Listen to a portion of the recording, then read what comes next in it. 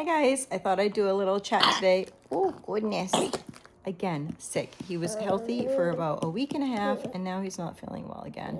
We have all just been passing around all these different things. This time my husband got it first. Anyhow, I thought I'd talk about housing, and I was chatting with another mama the other day about a tiny house. They have 3 kids and she feels that her house is tiny, and I'm now trying to organize this new house, which I'm sitting in right now in a rocking chair with Azaru. And I thought that I would just chat about it. We're putting things away, and as I put things away, I'm trying to think about what is going to work best. I'm trying to think about my space. So a lot of times we just take space for granted and we don't make every inch count, and we collect extra things and we have things that we don't use. And again, some people are wondering, like, how on earth are you fitting in that space? Lots of people are like, oh, such a big space. Other people are like, that's such a tiny space.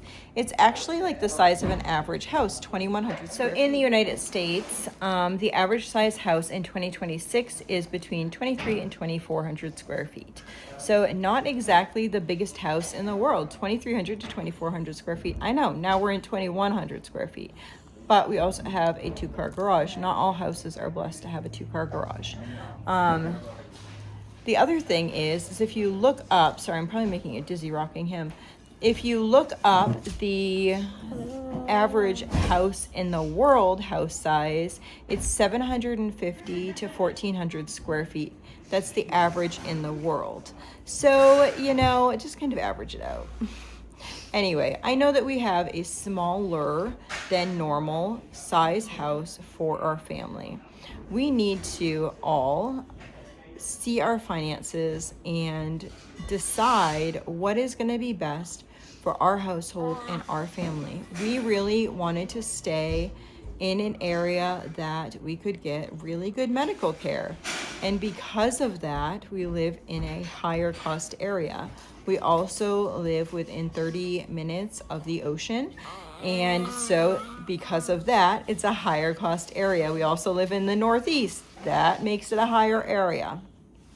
So there's so many factors that make our area a higher area. So I am perfectly okay having a smaller house with a larger yard. But what that means is I have to be intentional. I need to be intentional, Ezra. We need to be intentional about space. We have to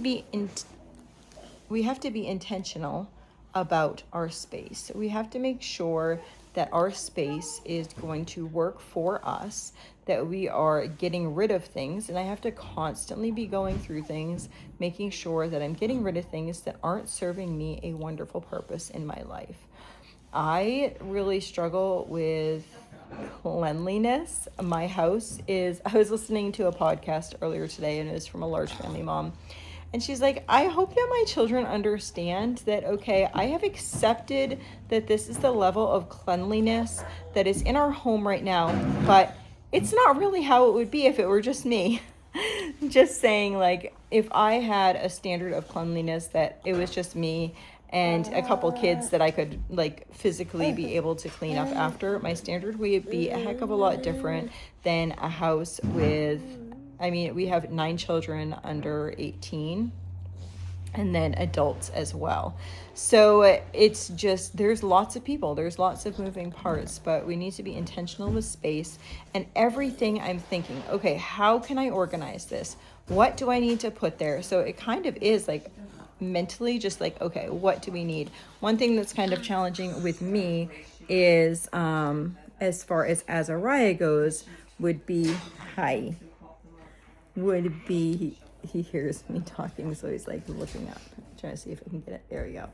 So it's trying to figure out what toys or not toys that he'll play with. A lot of times I'll get a recommendation that this might help him or whatever, but I also don't want to be a collector of toys, because if it's not serving a purpose, then it's really not serving a purpose. So yeah, and also waiting until you realize that that you actually don't have a space for something and then deciding if you really want a space for something. What are you doing?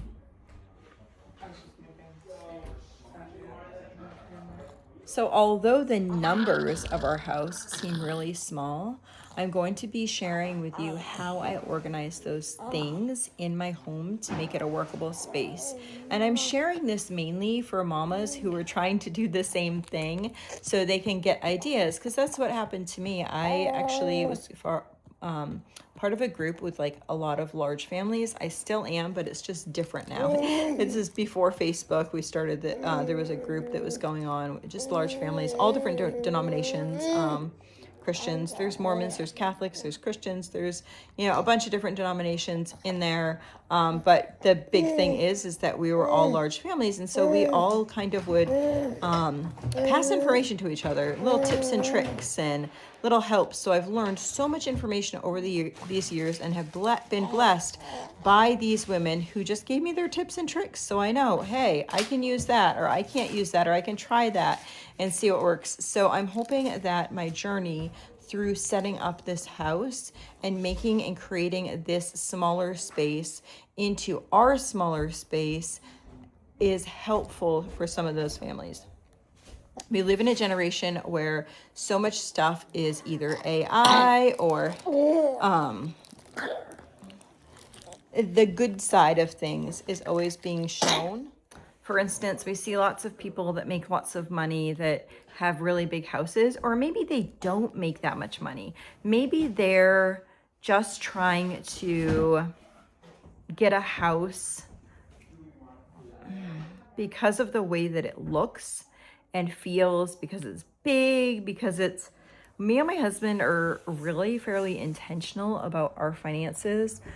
So we found a house that my husband's income, like the mortgage was approved just through his income and not any of my income, because my income can be really variable.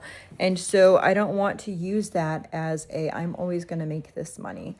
I've also seen so many people, you know, recently, one of my friends, she's not really a friend, it's somebody that I've chatted with back and forth on social media. And last year, about a year and a half ago, her account was shut down again the other day, and her account was shut down, and they haven't given her any reason. They don't have to.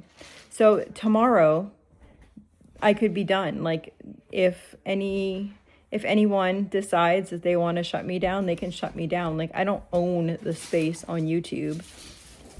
So I'm just, you know, I'm just here. I'm just doing my thing. But I also know that that could be a possibility, especially in this day and age when we're talking about some controversial things. Not that I think my life is controversial, but lots of people would beg to differ. Anyhow, so I hope to take you on this journey as far as my house and organization goes. And I just wanted to give you a little snippet. I want to know all of your questions. That's what this video is about today. I would like to know any questions that you have as far as organization goes. I'm hoping to just do like I'm going to give like a tour of the kitchen, how I organize things like that. But I want you to ask me any questions about organization. So drop those questions down in the comments below so that I can kind of make a list. So hopefully I'll be able to touch your question or your topic while I'm, you know, doing the video or whatever. So I hope this video is a blessing and the future videos are a blessing to you and your household, because I know I have learned so much from so many great women over the years, and I just hope I can be a blessing to you guys like they were to me. I hope you guys have a blessed and wonderful day. What do you say, Azaru? He says have a blessed day.